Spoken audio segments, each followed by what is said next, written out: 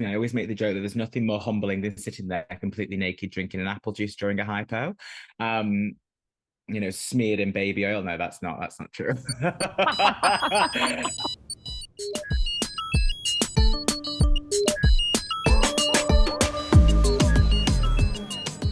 Hello, everyone. My name is Matthew Garza, and this is our second video interview in our brand new series, Spilling the Tea. As part of our Spoonful of Laughter campaign, Spilling the Tea is our chance to have honest, authentic, and hilarious conversations with people who are living life to the fullest with diabetes.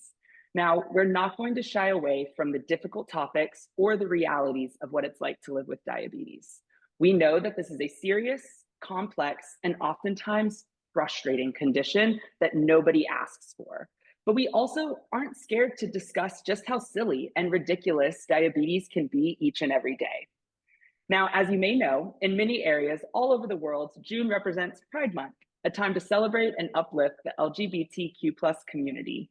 When we were brainstorming who we wanted to have on for this episode, I knew immediately who the guest should be.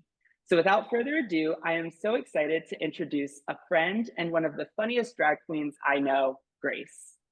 Now, drag queen Grace is a self-proclaimed international drag superstar.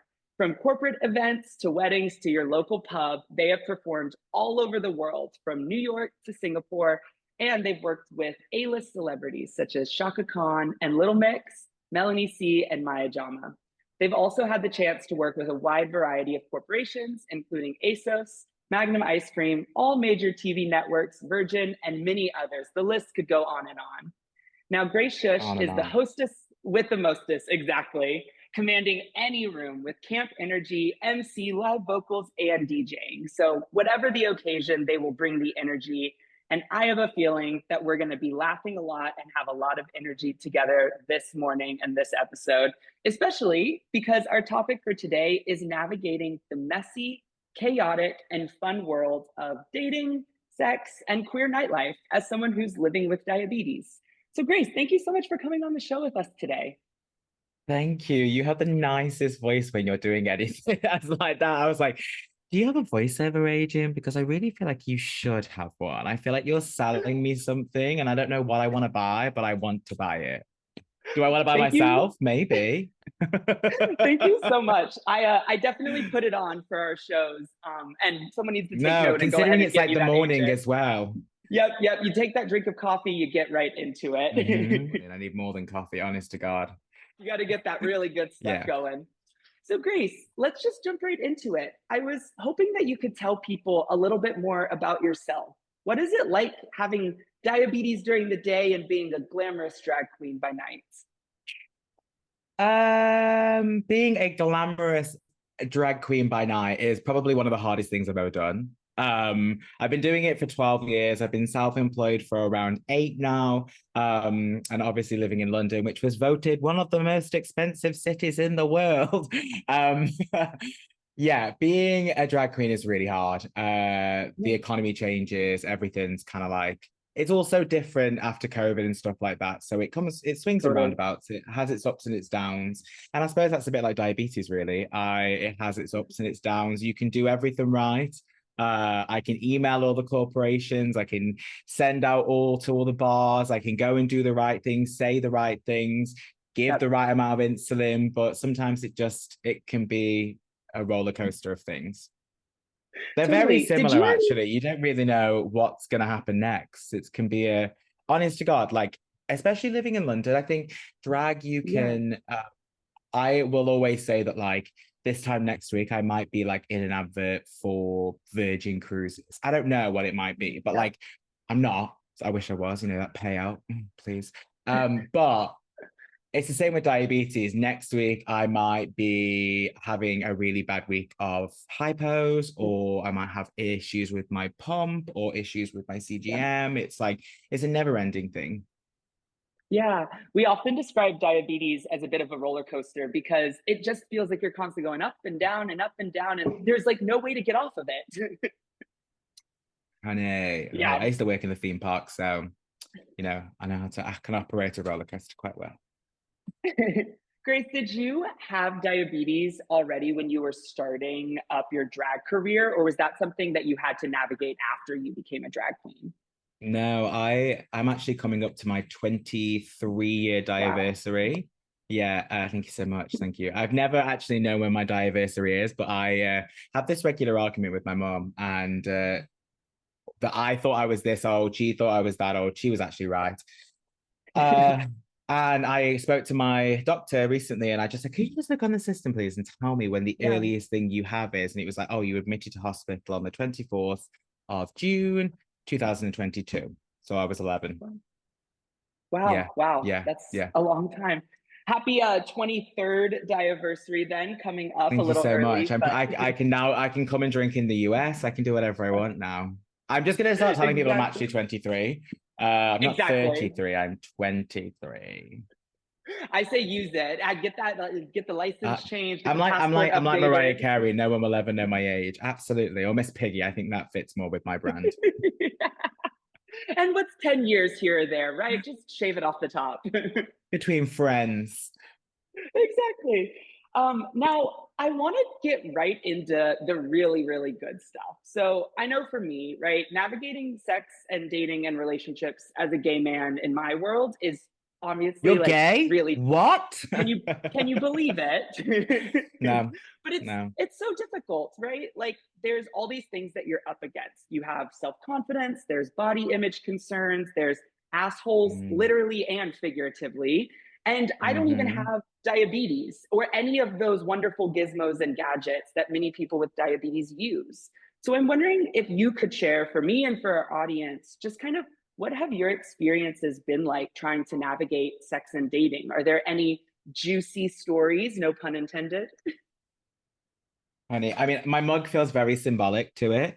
I'm a diabetic. I dealt with enough pricks already. So, That is perfect. I'm going to need a mm, hundred of those. sipping the tea, honey.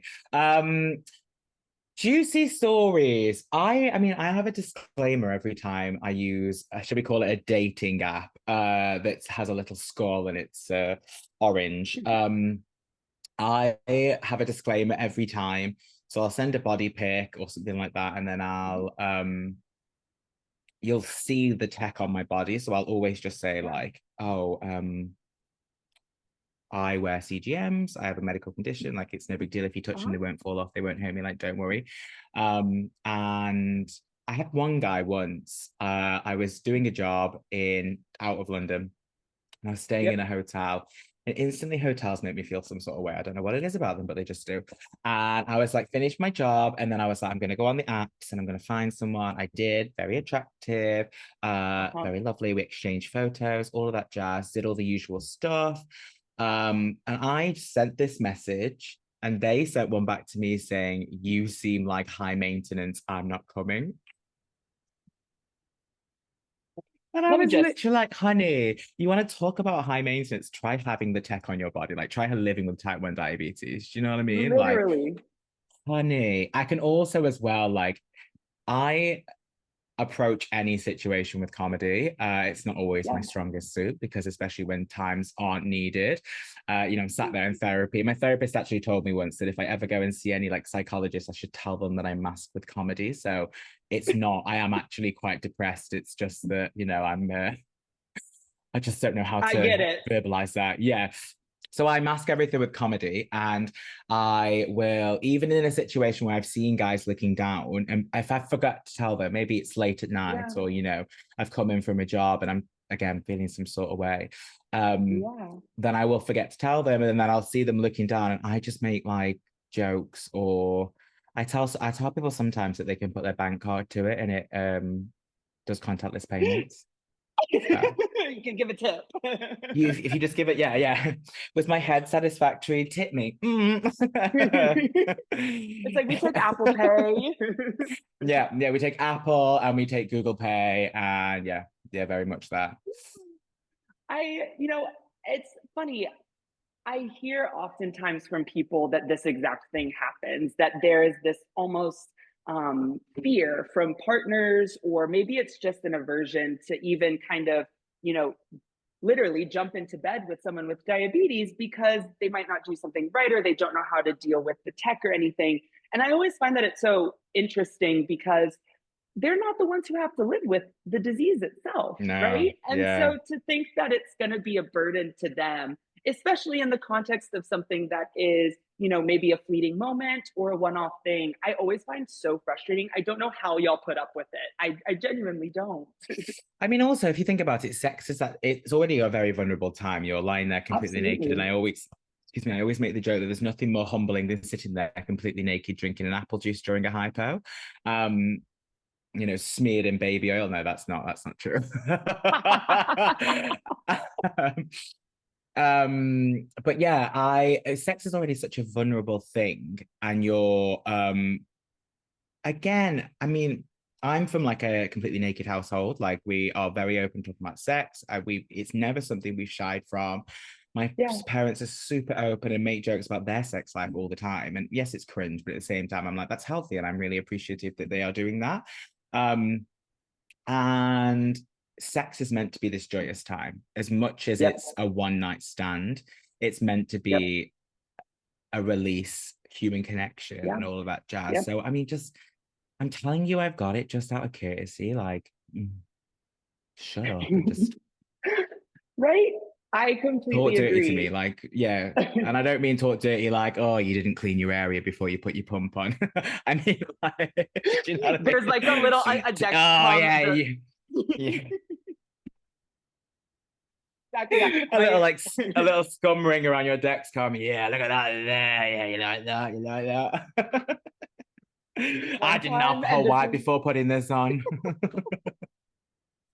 it's so funny. I this completely tangential topic, but my dad has type 2 diabetes and wears a CGM. And I remember one time seeing the like sticky residue when like in between changes one time. And I was like, Dad, you know that you can take a wash rag and wipe that off. It doesn't No, have to but you spill can't. like No, that. but you actually, no, but I'm telling you, you can't. No. It's so difficult to get off.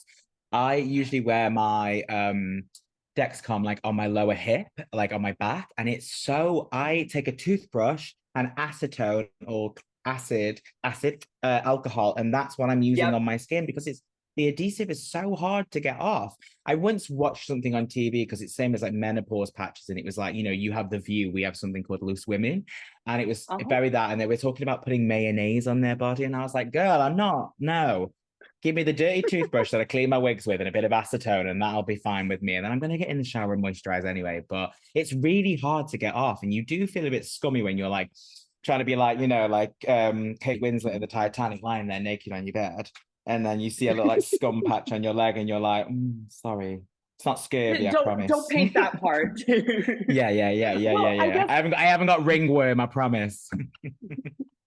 well, thank goodness. The more you know, I feel like I'm learning every day. I'm going to pass along the dirty wig brush and the acetone trick to my dad. Yes.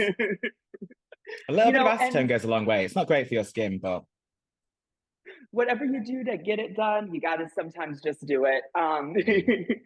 So I know that for me at least, talking about dating horror stories is like easily one of my favorite hobbies because I do love to gossip. But I'm wondering if you've ever had an experience where someone actually did do a really good job of making you feel comfortable or supported or seen. And if you haven't, that's also totally okay. We can laugh about how shitty men are. But I'm wondering, has there ever been like a really positive story that you've had or just something that was surprising? Never in a date. I have had stuff like that happen, but never Yeah. with a man on an intimate level. I Yeah. I'm a bit like not the best at dating. She's got her own issues that she deals with daily. But a Don't we really all? great, yeah, right, honey. A really great thing that happened to me once was I was working, and because my drag and my comedy and all of that, I'm doing it constantly. I basically was stood at the end of the gig, and I usually get hypos at the end of jobs. So I've started having little fruit juices by the where I'm standing Yeah. just for when it happens, because I know it's bound to happen. And I can set my pump to like activity mode and stuff like that.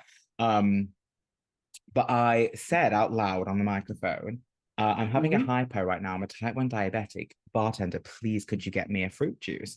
Everyone started laughing, and I literally went, oh no, that's not a joke. That's actually like I'm being deadly serious. Because in my bingo, I make jokes like 4 and 3. I've got hepatitis C. It's 43. Do you know what I mean? And people laugh. Yes. But as I said it, I was like, okay, I just need to get through this next part of the show and then I can go to the Yeah. bar. But this lady on Yep. the table in front of me just got up, didn't ask her, didn't know her name. I barely spoken to her all night. She just got up, went to the bar, grabbed it and gave it to me. And I went, what are you doing? She went, you're a diabetic and you've just told us you're having a hypo. Like, this is really serious. Take the fruit juice. And I literally stood there and I went, it takes a hell of a lot for me to break character, but this is one of the nicest things anyone's ever done for me. Like, I left home when I was 19. I've been very Yeah. self-sufficient for the last like 2 years. No, I've been Yeah. very self-sufficient for the last like 21, no, 12 years, 15 years, whatever. So like, it's just those little moments of like Yeah. humanity that make you go, shit. And even the DJ Yeah. laughed at me because she went, yeah, there are good people in the world. And I was like, wow, I've yet to meet that many, but wow. Yeah. And does not miss I do not miss the fact that it was a woman who was the one paying attention and actually willing to get up and do that. Sometimes the men are Zero. a little bit less thoughtful. Mhm.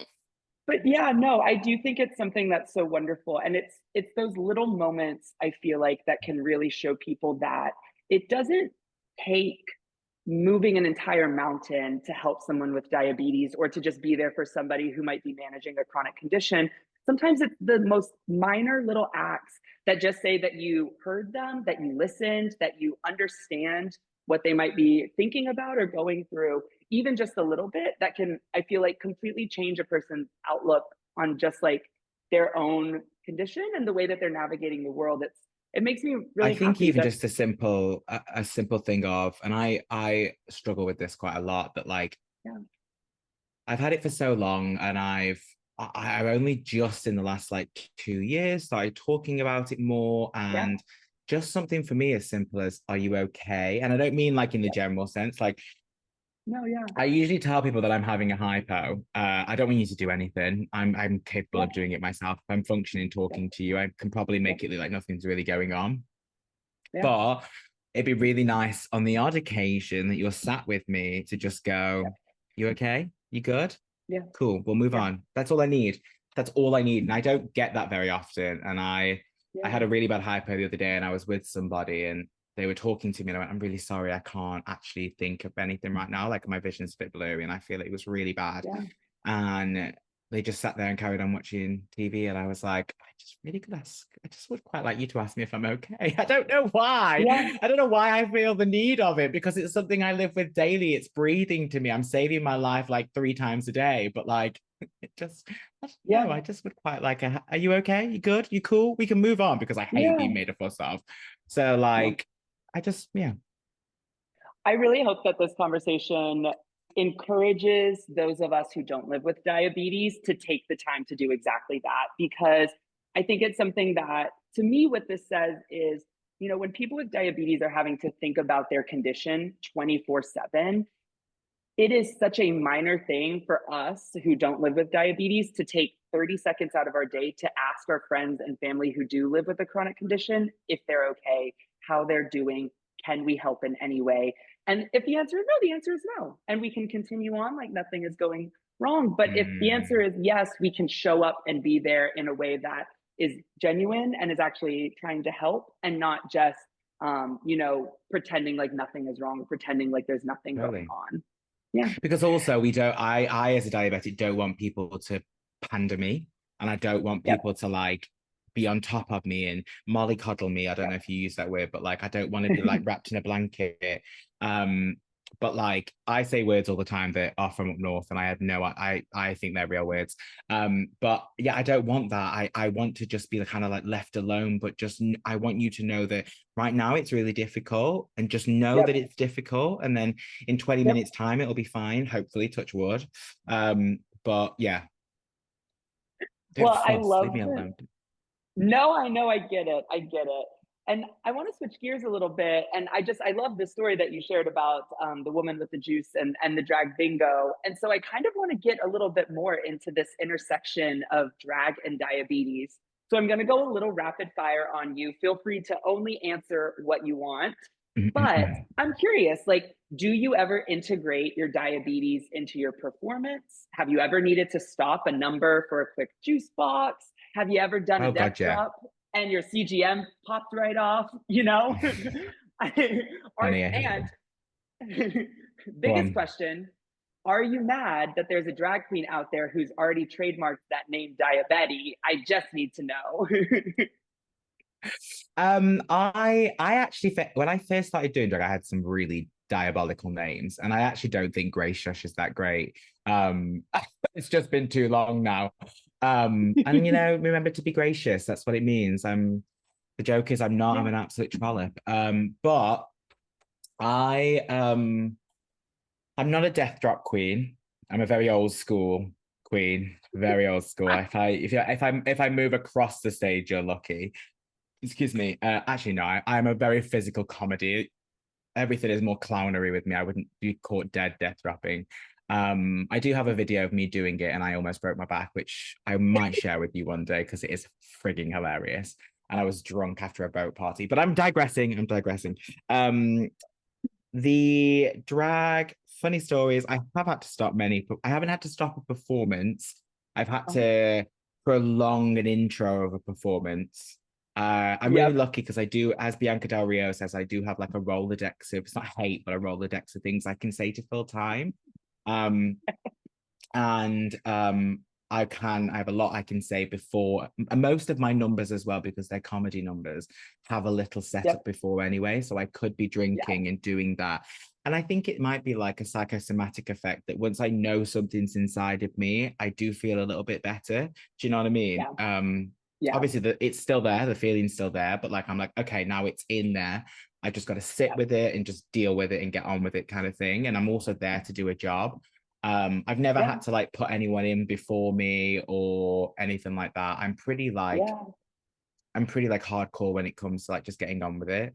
Yeah. Yeah, I really wanted to be also a diabetic. I really wanted to be called I thought the name Diana Beats was really good, and everyone said it was rubbish, and I That's thought it amazing. was really good. Because I people are love like, it. Diana Beats, what does it mean? Are you a DJ? And I was like, and I could be like, no, it's just like Diana Beats, diabetes, Diana Beats. Anyway, but maybe she'll become an alter ego of mine. I She's love what they that. call. I make the men call me Diana Beats. Yes, exactly. Yeah. I'm wondering, does because I can imagine that you probably work some pretty off kilter hours every now and then, being in the nightlife scene and times. I'm wondering has that ever affected your diabetes in any way? Have you had to change how you manage your diabetes around your career? Yeah, I mean, it's since I've been on a pump, Yeah,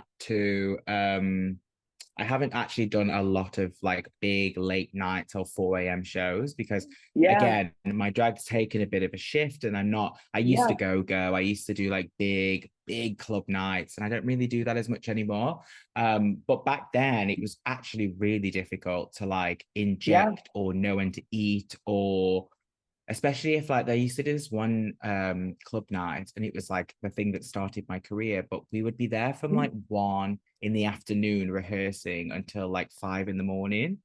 um so it was such a long day, and obviously we'd have breaks in between, you'd have to get ready, and it wasn't yeah, like a lot of the time the going was like absolute tomfoolery, it was like so silly. yeah, um but it was like times like that where like I just, I don't, I honestly, I was talking about this some other day. I just don't know how I did it. Honestly, don't know how I did it. I don't know how I'm still here. I don't know how I've got like this far and just not because CGM, I didn't have a CGM till like only a yeah, few years ago. Like it just wasn't a thing that I knew about. yeah. Um, it's wild. It's wild. I don't know how I did it. I really don't know how I did it. My Dexcom fell off at an event the other day. Luckily, I was surrounded by a bunch of diabetics, and one person was trying Slap to a get new rid of one their right Dexcoms on. because they'd gone to Libra, and they were like, please take my G6, please. Yep. but it had fallen off. And I was like panicking because I was like, oh, well, like, what will I do if I go to my blood sugars every 5 minutes? I don't know why I've suddenly become a Southern woman, but and they were like, you used to be fine, like you're fine. I was like, yeah, you're fine. I've just become, it does make me think of like people who are newly diagnosed and go straight on to tech and pumps. It Yep. like it's not a self-sufficient thing. It's like, what if something goes wrong and you don't know what to do? I feel like every diabetic should have a few months of being on MDIs and then go to a pump, just so you can like, when I did a degree in photography, and Yep. they taught us like how to use a film camera, how to develop film, all the Yep. like analog stuff before we were even allowed to Yep. pick up a digital. And it makes me think of that straight away, that like you should kind of have to do a little like how you do the Daphne course, you should do an MDI course where like just for Yeah. I'm not saying like you absolutely have to stay on injections. Some people love it, some people Yep. hate it. I don't like it Totally. personally. I love being on a pump. Yep. And everything comes with its own challenges. I sometimes get really frustrated about wearing the tech on my body, but swings and Yeah. roundabouts. But I think that everybody should have a couple of months just on injections. I don't think anyone should be thrown straight onto a pump and just be like, yes, it is amazing, and yes, it can change people's lives. But what if Yeah. that fails? What if the other Yep. day I washed this in the washing machine and I couldn't use my pump, so I had to wait 3 days for a new one to come out? And Yep. I was on injections for 18 years. Wow. And I was like, I don't know what to do. What do I do? Yeah. Oh my Christ, what do I do? How much do I give myself? And I was just so, yeah, because it is an Yeah. everyday thing and it becomes like breathing. You don't think about it. Definitely. I mean, that resonates. So it's amazing that the technology has progressed this far, that it's able to do so much, and that it is like genuinely life changing for so many people. But I think you bring up such a great point, which is just that that's not the only way to manage diabetes, and it's also not a foolproof way. We don't have it figured out perfectly yet, nor do we Mm-mm. have the access available for everyone to even get this type of tech. And so I do Yeah. think that there's something to be said about having that sort of knowledge of how to more manually manage your diabetes. I think about it, I have some much younger siblings, and everything with this AI and the chat GPT. And I'm like, I need y'all to learn how to write Please an don't talk essay ill of before. ChatGPT, please. She's my best friend. Thank Yeah. you. But I do hear the kind of thing of, it's like I want my younger sister to know how to write an essay before she needs to go Mm-hmm. and tell a computer how to write her essay for her. Mm-hmm. And I do think that there's something to be said about this, getting to learn how to manually do some of these things and at least feel confident in being able to do that. So that way, when emergencies Yeah. happen, you're not left, completely out of luck. Yeah. I So, used to say yeah, the same thing about like the younger generation with texting and typing. they And I don't was have like, that have a quick wit. conversation with me, talk to me, Yeah. you stupid No, girl. Yeah, completely agree. literally talk to me. Yeah, yeah. Now, this has been such an amazing conversation. I feel so bad that we have to wrap it up here in a second, but I No, do that's have one true. more question. My stomach has literally been hurting from laughing so much. So I just want to thank you, Grace, so much for coming onto the show and being interviewed with us today. I Anytime. love getting to talk to you. I love hearing your stories. And I still am waiting to be able to get a chance to see you perform. So hopefully I can make it across the pond someday soon and come watch you as Hopefully. well. You'll always have But a ticket at a gracious show. oh, yes. Now, so for my last question, I want to like zoom out a little bit because we talked a little bit about some of the kind of the nitty gritty. But when we started doing our work at Diatribe to address this issue of diabetes stigma, right? Those feelings of shame or blame, or maybe the Mm, comments that you're a little high maintenance for no reason at all, like all of those things can really impact people's self-confidence, their ability to manage their diabetes, and just like how they feel on a day-to-day basis. So when we started doing that work, we actually learned a lot from the LGBTQ plus community. We were able to see these activists and advocates who have been working for decades to push back against the stigma associated with being queer or being trans or having an HIV diagnosis. We learned how they navigated these conversations, the instances of discrimination, and made so much progress over time. So I'm wondering, you're someone who exists, at this intersection. You are part of the queer community. You are also someone living with diabetes. And I'm just wondering if you have any thoughts about what these communities could learn from each other, or what we could learn on how to push back against stigma from those who, have come before us. Any kind of words of wisdom that you might have? I think the biggest thing I've learned is community.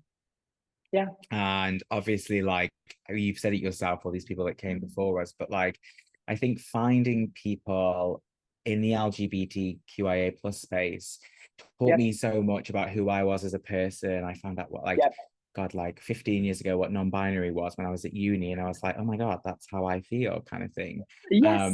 And then I met all these gorgeous trans women, and then I met all these drag queens and queer people, and Yep. just was like, oh my God, these are my people. I'm not the only, no matter how you feel, there's always going to be someone that feels the same as you. Do you know what I mean? Yeah. You're not the only Definitely. person in this giant Yep. world. Like there's 9 million people in London, for example. God knows the rest of Yep. the world. Do you know what I mean? So Hmm. I think even with diabetes, the idea of community Yeah. is key to everything. It's finding people that feel and know Yep. exactly what you're going through. Um, Yep. and also like the ones that you can make the jokes to, and you can Yeah. say the things that you're maybe not supposed to say, or do the things you're not Yep. supposed to do, and actually feel no judgment for it because they totally get it. Yeah.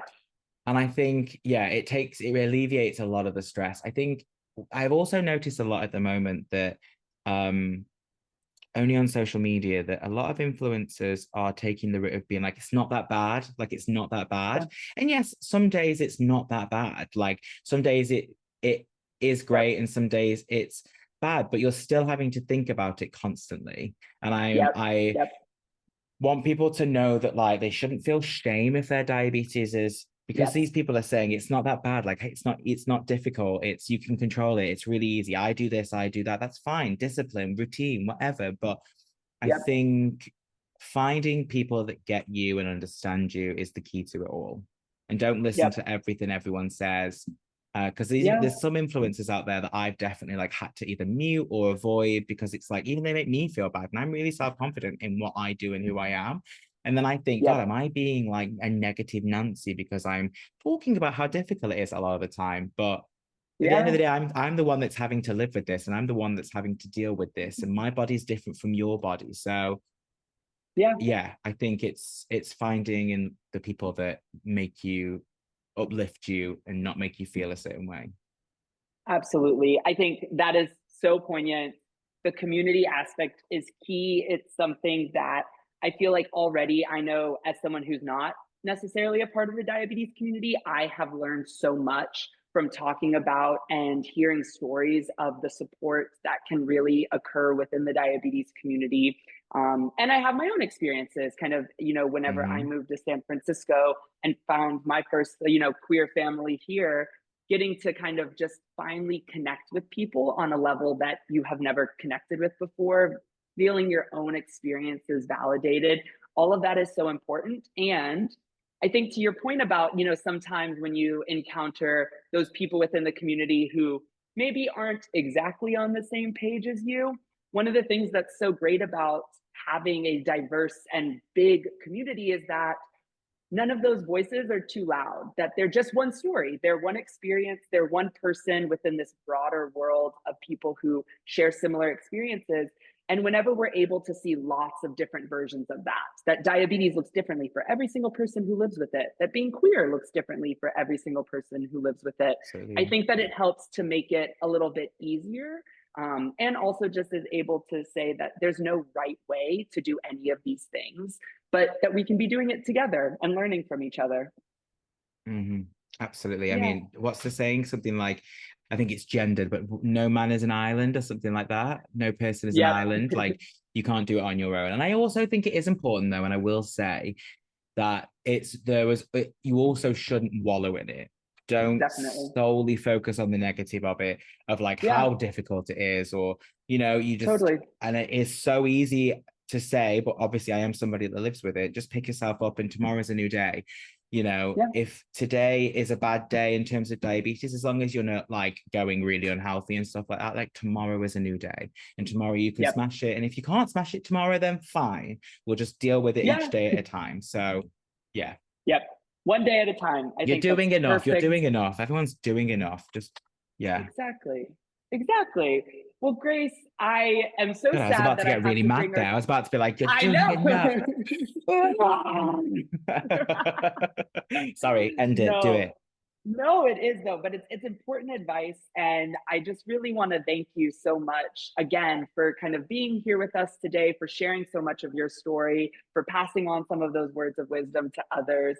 Grace, this has been such an absolute pleasure, and I, like I said, hope to be over across the pond to come see you perform Oh my God, sometime I hope very, so. very soon. So, for everyone who might be watching, if you enjoyed this episode of Spilling the Tea, I hope that you will follow us at A Spoonful of Laughter on Instagram. And please write in and share what topics and guests you might want to see in future episodes. You can contact us at stigma@diatribe.org. Yes, Grace. You can also find me at Grace Shush, SHUSH. My DMs are always open. You can always drop me a message as well. Community. Absolutely. Everybody, please go follow Grace. We'll make sure that everyone's handles are in the comments and section underneath this video. So go give everybody a follow, give Grace a follow. I love following you and seeing what shenanigans you're up to. And so I hope that all of our listeners will as well. Thank you. Thank you again so much, Grace. And everyone, take care. Talk later. Bye-bye. Thank you. Bye.